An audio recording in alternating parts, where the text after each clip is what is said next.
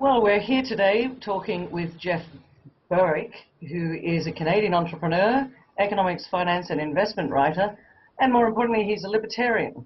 And he's got a lot of experience in the resources market. He's got some fairly strong views on the fiat currency system, and he's also one of our keynote speakers at the Gold Investment Symposium in October 2013. Welcome, Jeff. It's really good to talk to you. I believe that you're over in Acapulco at the moment. Yeah, that's right. It's good to talk to you too, and I'm looking forward to getting over to Australia. I haven't been there in at least 5 years. Well, we'll put some good weather on for you and look forward to meeting you in person. But in the meantime, I just wanted to talk a little bit about the dollar vigilante and some of your views about the fiat currency. The dollar vigilante stands for, what I understand it, is surviving and prospering during and after the dollar collapse. And you speak about the fiat currency system will collapse. It's only a matter of time. I've been hearing that for a number of years now, and I'd really like to hear your views on this. Is it all a little bit scaremongering? Are we really going to see that fiat currency collapse, or will those bankers keep it going for at least my lifetime? Well, I don't know how long you plan to live, but it's definitely we're nearing very close to the end of this financial system. In the 1970s, a lot of people were predicting a financial system collapse, monetary system collapse as well. But there was a big difference between now and late 1970s, and that is it had only been about 8 or 9 years since the Western governments had been completely off the gold-backed standard in the 70s. So they didn't have that much time to build up a massive amount of debt at that time. So they could allow the interest rate to rise, and Paul Volcker of the Federal Reserve did. He allowed it to rise to about the free market natural rate, which turned out to be around 18%. It'll be much higher this time. Yeah, and it'll be much higher this time around. And there's so many malinvestments in the economy. There's been so much destruction wrought by the central banks and the governments now, and there's so much debt now. The U.S. government has had over 40 years since 1971 to build up what is now $17 trillion worth of debt. So if you just do the math on that, even if the interest rates rose to 10%, that would be $1.7 trillion per year in interest payments alone. That's almost the total tax base of the U.S. That's why Ben Bernanke's keeping interest rates at 0%, and I think he'll keep them there until the system collapses, because there is really no other option. They're in a rock and a hard place, and it's all because of the debt, and they can't. They could actually just renege on their debt, which would also cause a massive amount of destruction, but it wouldn't actually destroy the dollar. But in every case in history with politics, when they have a choice between having the government collapse or having the currency collapse in hyperinflation, they always choose hyperinflation, because that way they can blame it on other people. They can blame it on the Chinese or on greedy capitalists. But when they just go totally bankrupt, then there really isn't anyone to blame but themselves. So I don't expect Barack Obama to step up to the microphone anytime soon and say, you remember all that hope and chains I was talking about? Sorry, it's all over. We're bankrupt. There's no more welfare. There's no more Social Security. There's no nothing starting today. He won't do that. So really, it's hope and chains, CHAINS, until it's over now. Hope and chains.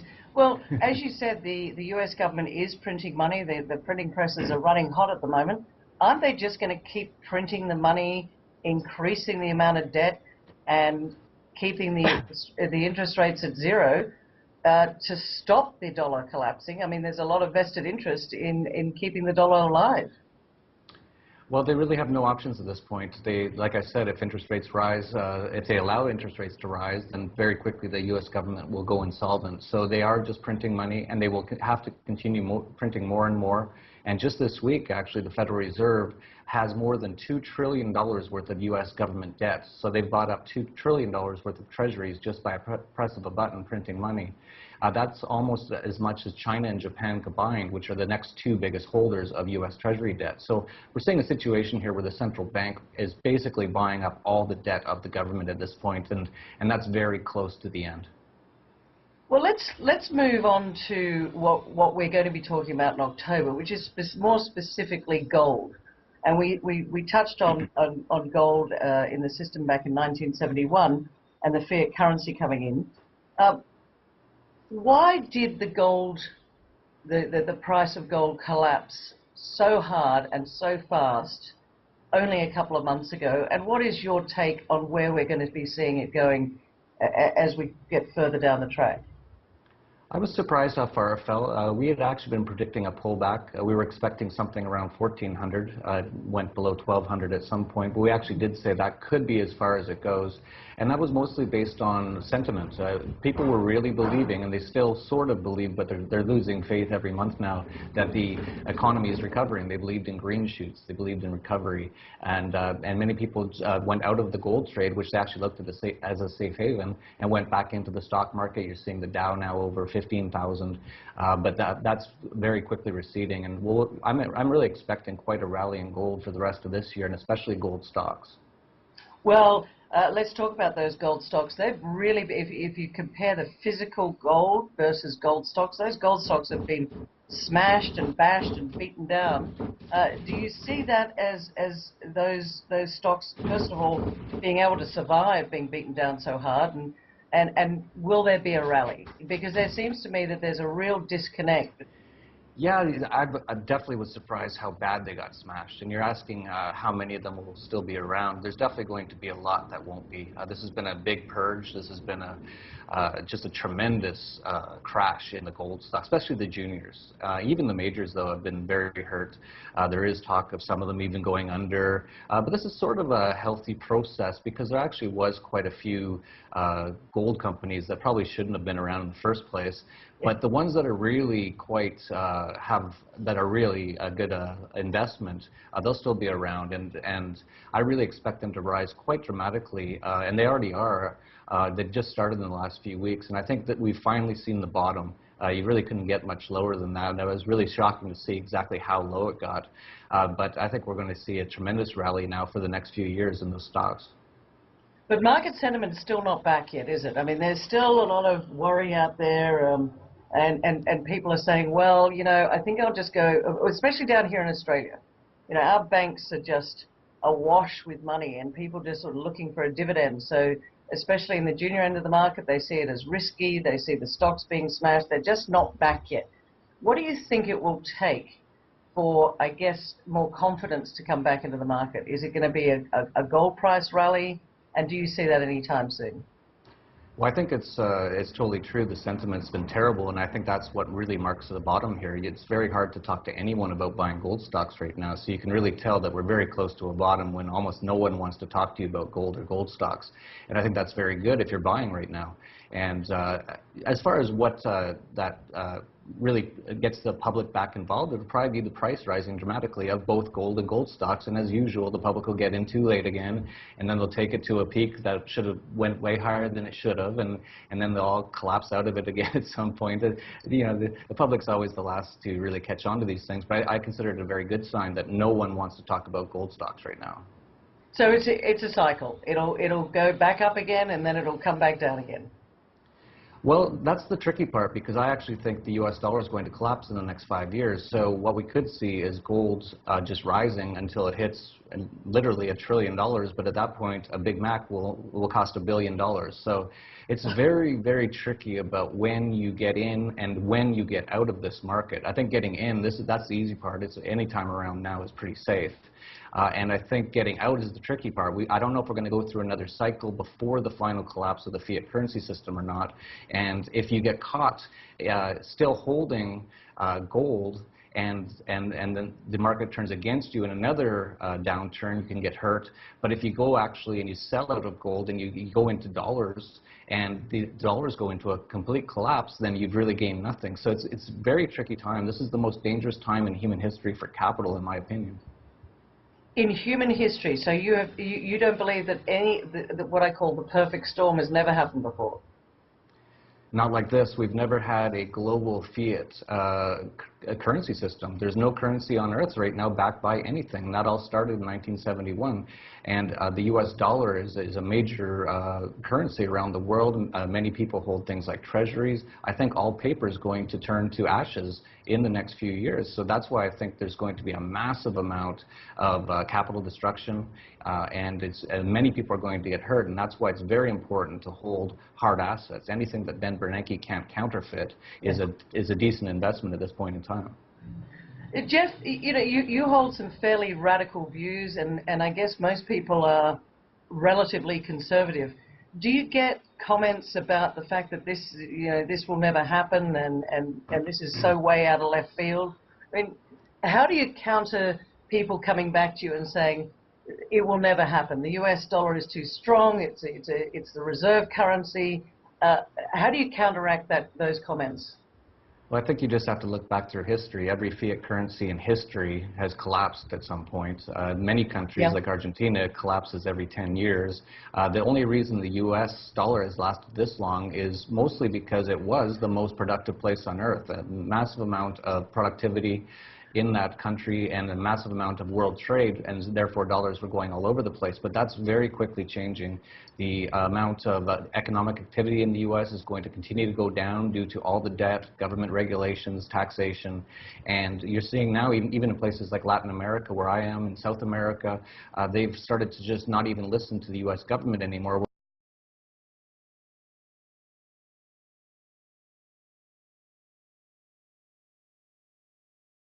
Places like Asia and Latin America, and you also see other things rising, like Russia out of the ashes of the USSR and China out of the ashes of communism. These are all cycles that go through, but because we haven't actually seen the U.S. fully collapse, although it's been very close to collapse numerous times. 1933, when they essentially defaulted, in 1971 they again defaulted, but this is the last time I think they have a chance to get through without a complete collapse. And because it hasn't happened in anyone's lifetime that the U.S. dollar or the U.S. government has gone bankrupt or hyperinflated, many people have something called normalcy bias because they haven't seen it in their lifetime. They think it's not possible. But if you just look through history and if you look at the numbers, if the numbers, it's baked in the cake. Something major is going to happen in the next few years, something massive. If you just look at the numbers, it's as clear as day. But most people, of course, aren't aware of all those numbers. They don't keep track of U.S. Government debt, or especially how they track it. They don't even account for it properly. If they actually accounted for it properly under generally accepted accounting principles, the total debt of the U.S. is somewhere, total debt and liabilities is somewhere between $80 trillion to $200 trillion. And even at 80 trillion, which is the low end, and some banks are the very well-known banks have said that that's about right, what the number is, that's $250,000 for every man, woman, and child in the U.S. of federal government debt and liabilities, money that's already been spent, overhanging every single person. So a family of four has $1 million of federal government debt and liabilities that has already been spent, that they're supposed to pay back, which is obviously impossible. And the only way to even have a chance to pay it back is to print up massive amounts of money, which will, in the end, destroy the dollar. Well, those are absolutely enormous numbers, and I was actually talking to a couple of guys yesterday, you know, the younger side of me. They called me old, Jeff, which was a bit confronting. But they were saying young people are giving up hope, young people are angry, and young people just see what we've done, our generation, my generation, as just spending all the money, and now they're going to have to pay for it. Do you see that there's going to be a lot of unrest as this unravels, as we go further down, kicking the can down the road, so to speak?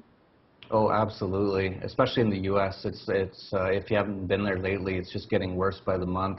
You're still seeing so many kids, they can't get jobs, and then they stupidly think, oh, I'll go to college for another 4 years and get some useless piece of paper that when they get out again, they can't get a job, and then they have to work at McDonald's. But because of all the inflation, they can't afford to even live if they work at McDonald's, and then they move back home. There's massive amounts of people moving back home. This is going to be just a crazy, dangerous collapse coming, and I don't want to be anywhere near it, and that's why I spend most of my time outside of the Western world. I spend it mostly here in Mexico and down in Chile, where I'm developing a project, because Chile, to me, is one of the most best economic countries on earth at this moment in time. Well, you mentioned Chile. 20 years ago, Chile was a communist country, and now how did it change, and how did it get to the position where, you know, it's now got a booming economy? I know it's not printing any money. What are they doing that's so different and so much better than what the U.S. is doing in terms of, and why are you there, I guess? Well, first of all, no country ever starts off communist because you need actual capital to become communist. So they always start off quite free, like the U.S., and then they become communist over time, and that's what's happened in almost every country. Even the U.S. is becoming very communist. If you look at the top 10 tenets of communism, the U.S. actually adheres to most of them now. Central banking is one, public education is another. But with Chile, it's very interesting. So they just went recently through a phase of communism about 25 years ago, and the people there just realized this was not the way to go, and they turned totally the other direction, and they're liberating the economy, privatizing things. There's not a lot of government regulation. Taxes aren't as bad as in the West. The central bank isn't even Keynesian. They're actually Friedmanites, which are Chicago school, which no central bank is good, but if you're going to have one, the Chicago school style is much better than the Keynesians, who just print money until they destroy the currency. So they're very, it's one of the freest countries on earth at this moment in time. It's in the top, I believe it's number 7 on the Heritage Foundation Freedom Index, well above the U.S., and it's going up every year, and the U.S. is going down every year. Do you see Australia sitting in this mess? Well, the Australian dollar is going to collapse, just like the U.S. dollar and the Canadian dollar in the next few years. As they all start to collapse, it'll cause a giant tsunami of fiat currency collapses and financial system chaos. I do think there is some positivity for Australia, being there in Asia and so close to China, where there is a lot of economic activity which will continue. But really, there's no way to know exactly what's going to happen. I'm a fan of the Australian stocks, the gold stocks on the Australian Stock Exchange. Actually, I don't know if you know, but I started a company called stockhouse.com in Canada, which is still the top financial website in Canada. And it actually was a fairly large financial website in Australia for a while in the early 2000s. So I've been down there many times and involved in the stock market there. We actually helped the Australian stock market actually get their stock quotes online around 1999. So I find many similarities between Australia and Canada. To me, I'd rather be in Australia because Canada's a lot closer to the U.S. and I don't want to be anywhere near that when that happens. So you're going to be buying a property down in Australia and spending some time here, do you think? I'm trying to keep out of the West for the next 5 or 10 years. I just think it's going to be nothing but problems. I'm sure there's going to be pockets of opportunities as well. I'd rather stay in places like Latin America and Asia, where they haven't bought into the central banking and massive government debt sort of system, and they're actually growing economically, real growth, not just fake growth driven by money printing. Okay, look, as a final question to you, Jeff, you know, for someone like me, you know, I'm doing okay. I got a lot of paper assets. I've got some hard assets. What is your advice to somebody at the moment how do they protect themselves, but without, you know, not all of us can go and live in Galt's Gulch in Chile. And what do we do? How do we protect ourselves as we go into this crisis? Well, one of the main things is to own hard assets, as I said, and definitely precious metals is a big part of that. But really, it's important to have a significant amount of those precious metals outside of your home country, because as these systems devolve, we'll see the governments start to take more and more of their own tax slaves' assets. And that just normal, it just happens every time. You look in the U.S. in 1933, they actually confiscated gold. Yeah. So you have to be very careful about where you keep your precious metals. I try to be as internationally diversified as possible. And we actually wrote a report called Getting Your Gold Out of Dodge, which is a 100-page report and shows how you can purchase precious metals around the world and store them in various vaults. And things like goldmoney.com, bullionvault.com, all sorts of things like that. So I really suggest to people to diversify internationally your assets, keep them in hard assets, don't keep them in the financial system. What happened in Cyprus is going to happen all throughout Europe. It's going to happen in Italy any time now. It'd probably be already happened by the time this video goes on the internet. It's going to happen in Spain. It's going to happen all throughout Europe. It's eventually going to happen all throughout the West as all these systems collapse, because there's too much government debt, there's been too much welfare, there's been too much warfare. And it's all going to come down. And these banks all over the world, they're all insolvent, obviously, because they're fractional reserve banks. So if everyone came and tried to get their money out at the same time, they wouldn't have enough money. That's the definition of insolvency. So even right from the get-go, they're insolvent, and then they're very highly leveraged in most of the Western countries. And I just suggest to keep most of your assets outside of that system. Try to keep it in hard assets. I would recommend precious metals, internationalize it, and if you can, even buy some foreign property in places that look more optimistic, like in Chile. Jeff, we're very much looking forward to hearing from you in person in October. I thank you very much for your time today. Enjoy Acapulco, and I look forward to meeting you in person. Me too. Thank you very much.